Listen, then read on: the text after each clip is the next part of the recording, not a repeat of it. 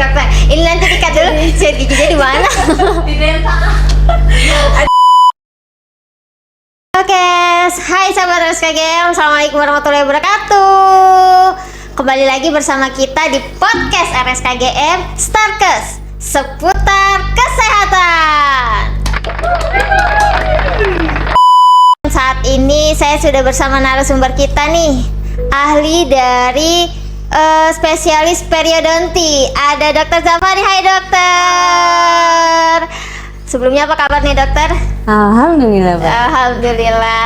Banyak dok pasien dok? Alhamdulillah. Ini dokter Zafari pasien RSKGM tuh luar biasa. Oh luar biasa. Oke. Udah menyempatkan nih dari banyaknya kegiatan, banyaknya pasien ya dok ya. Terima kasih banyak dok sebelumnya udah mau berbagi sama teman-teman sahabat RSKGM di podcastnya. Nah mungkin dok, dokter ini kan spesialis dari periodonti nih, berarti otomatis pelayanannya di poliperiodonti ya dok ya. Betul. Nah itu teh kalau untuk di pelayanan periodonti itu seperti apa sih dok? Atau maksudnya pelayanannya itu lebih ke arah mana? Mungkin teman-teman nih mau ke RSKGM ada poliperiodonti itu poli apa sih gitu? Boleh dijelaskan sedikit dok? Oke, sebelumnya saya mau nyapa apa panggilannya? Sahabat RSKGM dok. Halo sahabat RSKGM. Oke, jadi poliperiodonti itu adalah poli yang mengenai penyakit jaringan pendukung gigi. Contohnya berhubungan dengan gusi, terus tulang penyangga gigi. Jadi kan kalau misalnya kenapa nih kalau sikat gigi suka berdarah, atau misalnya kenapa nih gusinya kok melendung-melendung, gitu. Atau biasanya giginya udah goyang nih masih bisa dipertahankan atau harus dicabut ya, gitu. Nah kalau nih kan banyak banget nih sebenarnya, kalau mungkin sahabat-sahabat RSKGM juga merasakan, termasuk saya juga nih. Kadang ngerasa apa sih? Berarti kalau yang kayak keluhan seperti bau mulut seperti itu masuk juga ke bidangnya periodonti atau gimana nih dok? Iya, betul. Jadi kalau bau mulut juga sama ya, masuknya ke bidang periodonti.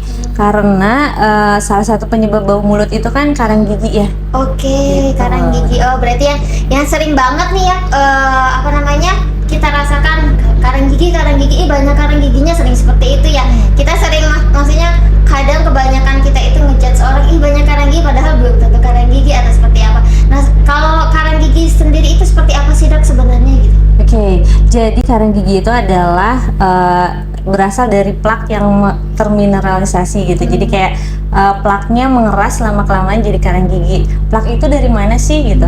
Jadi plak itu adalah kumpulan misalnya nih ada bakteri ini kan berkoloni nih membentuk lapisan. Nah di situ jadi plak nih. Nah setelah plaknya matang lama-kelamaan menjadi karang gigi.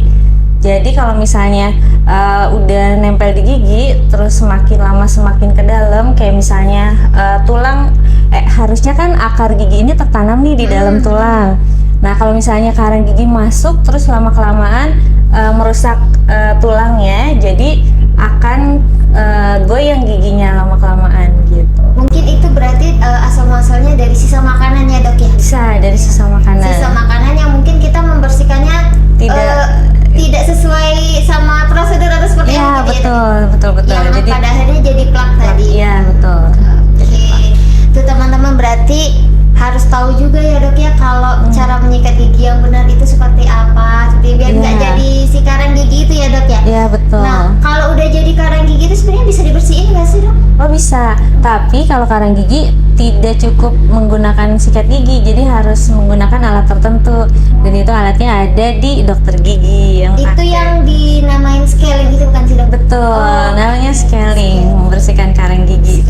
Oh di RSKGM ada ya dok ya? Wah ada banget. Ada banget. Masih wah banyak Wah, banget.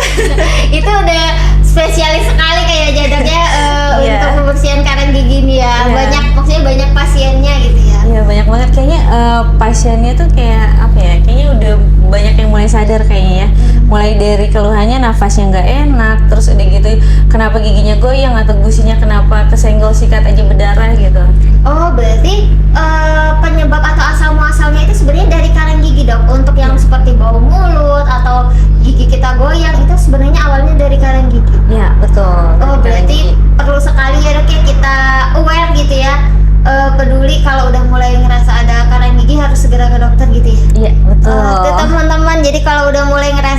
bau mulut atau giginya sudah mulai ngerasa tidak enak di area mulut, itu kayaknya harus langsung ke dokter perio deh. Tuh, biasanya tuh kelihatan banget tuh kalau di gigi depan bawah. Pokoknya kan kalau gigi tuh bentuknya harusnya ramping gitu Iya. kan. Kalau misalnya udah mulai kelihatan ada warna lain, biasanya warnanya lebih putih dari gigi, atau bisa juga sih kekuningan tergantung konsumsi makanan atau apapun yang lewat di mulut. Nah, biasanya warnanya akan mengikuti itu. Cuma kalau udah nggak ada celahnya tuh di antara sela-sela gigi gitu, ketutup semua, nah itu berarti harus udah hati-hati. Ada bentuk yang lain. Kalau itu pada akhirnya kalau seandainya kita nggak aware nih dok, nggak langsung ke dokter gitu, apakah bisa dia menyebabkan kan tadi gigi goyang, pada akhirnya giginya jadi patah atau jadi kehilangan gigi, itu bisa dok? Bisa banget. Jadi pokoknya jadi kita bayangkan aja si akar gigi ini tertanam di dalam tulang, kayak tanaman nih, akarnya pasti ketanam di dalam tanah. Nah, semakin lama karang giginya semakin ke dalam, berarti tulang penyangga giginya tuh udah mulai hilang kan. Jadi lama-kelamaan giginya pasti akan goyang. Oh, jadi dia kayak dimakan karang gigi gitu ya dok? Iya. Terkikis ya? Terkikis, betul. Terkikis, jadi Tempatnya tergantikan. tempatnya tergantikan teman-teman. Aduh, ini kok jadi Oke, nih dokter, kalau sebenarnya kalau karang gigi sendiri tadi kan bisa disebabkan juga karena makanan. Ada nggak sih dok penyebab lain gitu dari si karang gigi ini gitu? Yang menyebabkan karang giginya timbul ya. Iya. Oke, jadi yang pertama ya pasti udah tentu cara menyikat gigi kita harus diperhatikan. Oke, cara menyikat Kalau misalnya cara menyikat giginya kurang tepat, biasanya kan ada sering banget nih kata pasien sikat giginya tuh kalau nggak atas bawah, kanan kiri gitu. Itu kan selain bisa merusak bentuk gusi, juga selain merusak bentuk giginya juga. Jadi suka banyak gigi-gigi yang kayak pohon mau ditebang gitu, pada cekung gitu. Oh, oke. Nah itu, terus udah gitu yang kedua, misalnya ada gigi yang berlubang nih, atau enggak giginya jarang-jarang, atau malah giginya tidak beraturan. Nah itu biasanya si karang giginya tumbuh di situ tuh karena tidak tersikat dengan sempurna kena gitu. sikat Iya gitu. betul. Makanya harus dibantu menggunakan benang gigi gitu. Dental floss. Yes, ya. betul banget, dental floss. Saya tahu. Terus gaul banget. Terus udah gitu setelah itu ada misalnya gigi yang berlubang, tadi kan harus dicek ya, makanya harus dicek 6 bulan sekali.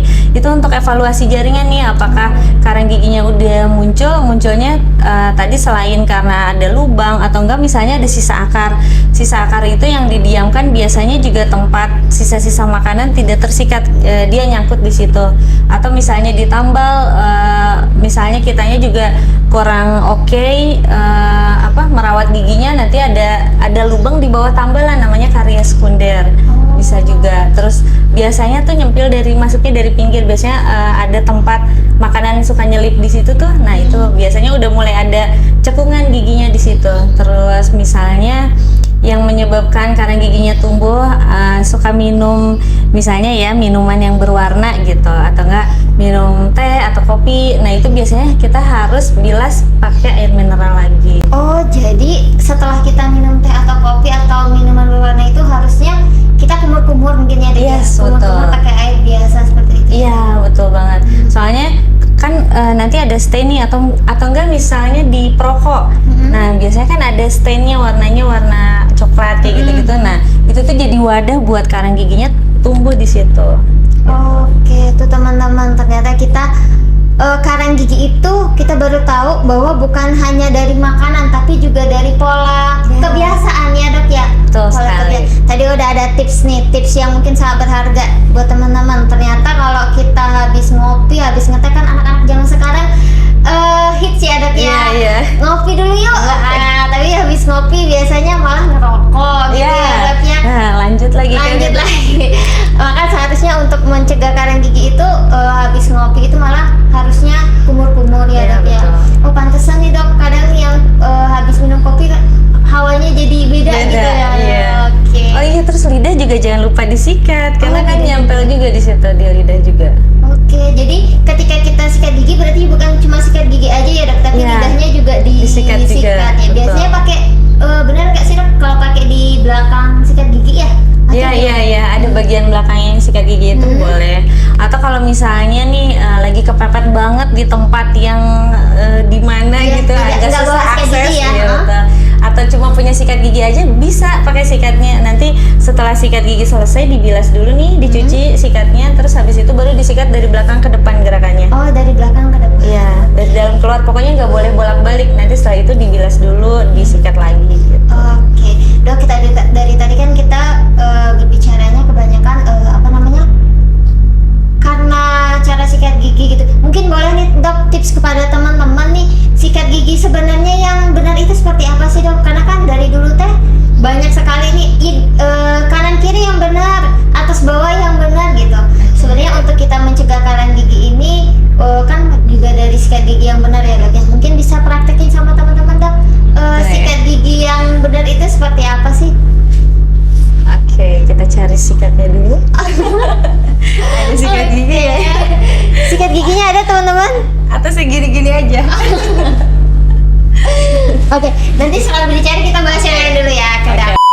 Oke Dok, nah dari tadi kan kita berbicara tentang sikat gigi untuk mencegah si karang gigi. Boleh dong Dok tips yang benar cara menyikat gigi, karena kan banyak sekali nih dari dulu teh sumber-sumber cara menyikat gigi. Sebenarnya kalau menyikat gigi yang benar yang bisa untuk salah satu mencegah karang gigi ini seperti apa sih Dok? Boleh dong dipraktekin. Oke, boleh banget. Bentar ya. Nggak ada. Oke, jadi cara sikat giginya sebenarnya ada buat usia-usia tertentu nih, usia berapa ntar pakai teknik apa, usia berapa teknik apa gitu. Kalau untuk yang usia dewasa ya, kita ngomongnya usia ABG ini ya. ABG. Kan lebih sebenarnya yang lebih aware, lebih banyak aware tuh ABG kali ya Dok sekarang. Sebenarnya dari kecil sih. Iya, harusnya dari kecil, tapi kayaknya baru sadar itu udah mulai remaja karena udah Remaja. mulai ada rasa malu, bau mulut gitu ya mungkin. Insecure. Iya, insecure. Oke, jadi caranya sikatnya ini dimiringkan sekitar 45 derajat nih, terus kemudian digetarkan biar bulu-bulu sikatnya masuk ke dalam sela-sela gigi, baru disapu dari gusi ke gigi gitu. Jadi nggak boleh ada gerakan atas bawah atau kanan kiri lagi kayak gini, itu no. Nah terus udah gitu untuk bagian dalamnya boleh disikat gerakannya dari gusi ke gigi, gusi ke gigi, gusi ke gigi. Dari dalam keluar ya, Gusi ke gigi, betul. Ingat-ingat aja kayak merah putih gitu kan, gusi merah gigi putih. Oke. Untuk permukaan ininya nih, permukaan mengunyah atau gigi geraham boleh bolak-balik kalau ini gerakannya. Nah, nanti yang bawah sama gerakannya dari gusi ke gigi, gusi ke gigi, gusi ke gigi. Untuk permukaan mengunyahnya boleh bolak-balik lagi. Nah, untuk sikat lidah yang tadi sudah disinggung sebelumnya, gerakannya gini dari belakang ke depan, dari dalam keluar, dalam keluar. Dan itu tuh kalau misalnya memang mau pakai sikat gigi yang sudah dipakai, ini harus dibilas dulu, dicuci dulu, terus baru ditarik. Nggak boleh ada gerakan bolak-balik kayak gini, gitu. Jadi narik dari dalam keluar terus cuci gitu Dok. Betul. Terus bilas. dalam keluar bilas Cuci, lagi. ya, betul. Oke. Tuh teman-teman baru tahu kan ya. Itu tadi ada tips dari Dokter Zafani untuk menyikat gigi yang benar. Jadi teman-teman jangan salah lagi nih biar tidak insecure karena karang gigi ya. Oke Dok. Nah Dok, kita lanjut nih Dok. Tadi kan kita membahas tentang apa karang gigi gitu ya. Terus penyebabnya ada dari pola hidup kita, seperti ya mungkin gaya hidup mungkin lebih tepatnya ya.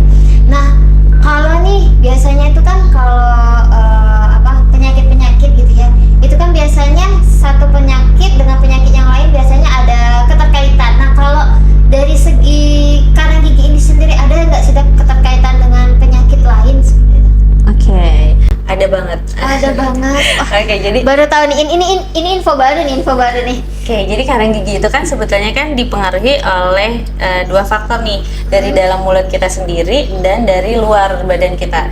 Dari dalam mulut yang tadi udah dijelaskan ya, yang tadi cara menyikat gigi kurang tepat, misalnya ada lubang, sisa akar dan lain-lain. Kalau dari luar mulutnya nih kayak misalnya di sistem tubuh kita misalnya ada konsumsi obat nggak yang rutin kita minum gitu, kayak misalnya salah satu contohnya ya obat hipertensi gitu. Nah itu kan biasanya menyebabkan gusinya kayak jadi besar gitu, kayak melendung-lendung gitu. Nah itu tuh tapi tetap harus diminum ya, jangan setelah ini jadi nggak diminum. Ya. Jadi mungkin efek Maksudnya, sampingnya ya, ya, nanti efek betul. sampingnya yang mempengaruhi dari kesehatan gigi gitu Ya betul. Terus kemudian ada misalnya contohnya penyakit yang sedang diderita nih, kayak misalnya ada diabetes misalnya ya. Kan kalau penyakit diabetes itu atau penyakit-penyakit lainnya biasanya tuh berpengaruhnya ke jaringan pendukung gigi. Jadi kayak misalnya ketinggian tulangnya nanti akan berkurang pelan-pelan gitu. Terus ikatan antara jaringan-jaringan pendukung giginya itu juga akan berubah gitu. Nah itu makanya perlu dilakukan pemeriksaan rutin gitu. Jadi jangan terus ibu hamil juga nih ya, kayak misalnya ibu hamil kadang-kadang gusinya tuh juga ada sama melendung-lendung juga gitu. Jadi kayak kok kayak bengkak ya gitu. Ya, itu efeknya dari mana dok kalau ibu hamil? dari hormon. Oh hormon, oke. Atau ibu hamil atau lagi menstruasi kayak gitu juga bisa itu berpengaruh ke jaringan pendukung giginya. Gitu. Tuh teman-teman baru tahu ya, ternyata gigi pun itu ada pengaruhnya dari riwayat penyakit kita atau nih dari apa yang sedang kita alami, seperti tadi mungkin ibu menyusui ya dok ya. Betul. Makanya penting sekali untuk ngecek gigi 6 bulan sekali ya dok ya, Betul pemeriksaan sekali. gigi 6 bulan sekali tuh. Baru tahu dok, baru tahu ternyata hipertensi, diabetes atau penyakit lain yang mungkin obat-obat tertentu efek sampingnya juga ada ke jaringan gigi Iya, gitu betul. ya. Oke, tuh, Rokok juga ada banget kalau rokok. kalau rokok ada banget, salah satunya bau mulut tadi ya dok ya. Iya, selain bau mulut juga. Nah, kalau biasanya nih pada perokok ini jarang banget kelihatan gusinya bermasalah. Oh, kenapa Gitu. itu dok ya? Karena kan memang ada efek panas dan pewarnaan di gusi kan kalau dari rokok, tapi larinya langsung merusak ke kayak tulang pendukung giginya gitu. Jadi nanti nggak kerasa kok tiba-tiba kok dok tulangnya udah pada goyang nih gitu. Makanya banyak perokok lama itu dia biasanya ompong ya dok ya. Iya. Oh, jadi karena dari situ ya dok ya. Iya, itu tergantung, iya sih. Memang banyak faktor. Cuma maksudnya kemarin tuh sempet ada pasien datang kan, maksudnya setelah ditanya di penyakitnya juga nggak ada, obat yang sering diminum juga nggak ada gitu. Terus pas saya tanya nih ada konsumsi nggak gitu rokok, ternyata memang sehari habisnya banyak banget gitu. Oke, Itu juga tergantung penggunaan, kemudian tergantung jenisnya apa gitu. Oke tuh teman-teman, untuk teman-teman yang perokok nih harus lebih aware sama diri mungkin gitu ya Iya, dok ya. mungkin Lebih aware ceknya. dengan ceknya harus rutin 6 bulan sekali. Jadi bisa mencegah tadi ya karang gigi, mencegah juga mungkin gigi cepat copot atau lepas ya dok ya. Jadi bisa pemeliharaan sedari dini mungkin gitu ya dok ya. Oke. Oh. Nah dok, kalau karang gigi tadi kan pembersihannya kita kenal dengan scaling. Sebenarnya kalau scaling ini boleh dari usia berapa sih dok, atau untuk siapa aja sih? Oke, jadi scaling itu adalah untuk yang udah punya gigi. Udah punya gigi ya? Iya, bayi nggak udah punya gigi nggak bisa scaling, oke. Jadi cuma kalau untuk pembersihan karang gigi ini kapan sih boleh sikat gigi gitu? Kalau disikat udah pasti waktu pertama kali muncul gigi nih di balita ya, biasanya kan udah berapa bulan coba udah punya balita? Anak saya baru 4 bulan dan belum 4 ada bulan, dok. oke. Biasanya 6 bulan 6 bulan ya. ke atas 6 ya, bulan ke betul. atas. Nah itu kan ada sikat gigi khusus nih yang bisa dimasukin ke jari itu, yang kayak finger brush gitu Iya. ya. Pokoknya setelah ada gigi muncul mulai dibersihkan. Nah nanti kelihatan nih kalau misalnya ada bentuk lain di gigi atau gigi bentuknya udah nggak seksi lagi yang tadi seperti disebutkan, berarti itu harus udah dibawa buat pembersihan karang gigi untuk scaling. Berarti sebenarnya sedari punya gigi. Iya, benar. betul. Oke.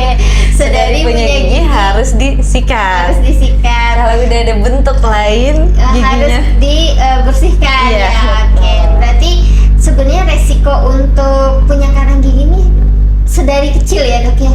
iya banget. Oke, berarti kalau punya anak sampai anaknya dibiarkan aja giginya mungkin kurang terpelihara, bisa juga menyebabkan karang gigi dari kecil. Makanya anak banyak sakit gigi mungkin karena itu juga ya dok ya. Iya bisa, karena gini, karang gigi terus udah ada lubang malah sikat gigi. Nah ketutup tuh lubangnya sama karang gigi. Kenapa ya kok ini perasaan gak ada lubang gitu? Ternyata pas dibersihin karang gigi, wah lubangnya udah gede gitu. Oh, jadi si karang gigi itu menutupi lubang. Iya betul. Nambah lubangnya ya. Iya. Jadi tambal alami. Tambal alami. Iya, ditambah Tapi jadi itu- peradangan di gigi. peradangan. Tapi itu bisa menyebabkan sakit gigi kan ya, Dok? Oh iya. Peradangan gigi Iya, tadi. makanya kan jadi suka nggak ketahuan kan, apalagi kalau di anak-anak kenapa sih giginya kok jadi suka berdenyut gitu. Padahal nggak ada lubang, pas dilihat kan ada karang gigi nih. Setelah dibersihkan karang giginya, waduh. Dalam Jadi- banget lubangnya. Tuh ibu-ibu berarti perlu sekali sedari dini harus periksa gigi anaknya sendiri mungkin di rumah ya. Kalau udah mulai ada yang terlihat tidak seperti biasanya, mungkin ada plak-plak atau seperti apa, harus langsung ke dokter gigi mungkin seperti itu ya, Dok ya. Tapi alangkah lebih baiknya tadi 6 bulan sekali ya, Dok ya, Iya, dirutinkan periksanya. untuk periksa gigi. Nah, Dok, mungkin untuk yang terakhir nih, Dok. Kalau untuk mencegah karang gigi sendiri ini seperti apa sih, Dok? Oke, yang pertama tadi ya di rumah nih home care-nya kayak sikat gigi sehari 2 kali, pagi dan malam, setelah sarapan dan sebelum tidur. Oh iya, jangan lupa dijeda. Jadi kalau misalnya mau sikat gigi nih setelah makan dijeda dulu 30 menit, atau setelah makan mau sikat gigi juga sama dijeda 30 menit. Oke. Gitu. Terus setelah itu kalau misalnya itunya udah oke, terus jangan lupa setiap mau tidur minimal ya sehari sekali digunakan dental floss atau yang tadi benang gigi benang itu. gigi. Betul. Ada sebetulnya ada 2 macam ya, ada yang udah ada gagangnya, ada juga yang nggak ada gagangnya, jadi Iya. harus dililit dulu di tangan gitu. Nah terus untuk pemeliharaan lainnya 6 bulan sekali ke dokter gigi. Oke, tuh teman-teman udah dapet tipsnya dari Dokter Zafani. Tadi udah banyak banget dari awal sampai akhir kita ngobrol tuh udah banyak banget kayaknya tipsnya ya. Iya. Ntar dulu, jangan lupa nih ya, makan makanan buah, sayuran, terus pola hidup sehatnya juga dijaga, olahraga dan yaitu kayak minuman bersoda atau rokok gitu. Kalau misalnya sedang sedang mencoba mengurangi, nggak apa-apa, bertahap gitu. Terus ya mungkin banyak minum air putih juga ya. Itu teman-teman jangan lupa juga tadi makan buah, makan sayur, pola hidup bersih dan sehat ya, Dok ya. Tadi mungkin yang paling penting tadi kalau habis minum minuman berwarna harus kumur-kumur. Salah satu juga cara untuk mencegah karang gigi ya, Dok ya. Oke, itu teman-teman udah banyak banget tips dari Dok Zafani untuk mencegah karang gigi, seputar karang gigi seperti itu ya. Oke, mungkin teman-teman Dok Zafani terima kasih banyak untuk informasinya, sangat berharga untuk kita semua ini. Banyak hal-hal baru tadi yang kita baru tahu ya, saya sendiri baru tahu nih, Dok. Jadinya menambah ilmu juga buat saya, mungkin juga pastinya juga buat teman-teman. Mungkin teman-teman yang masih ada pertanyaan seputar karang gigi, seputar scaling ataupun seputar periodonti, nanti bisa komen di bawah di kolom komentar kita. Oke. Kalau ada yang mau request gimana nih, Cek? Mau request juga boleh, mau request mungkin materi Topik. topik apa setelah ini boleh sekali.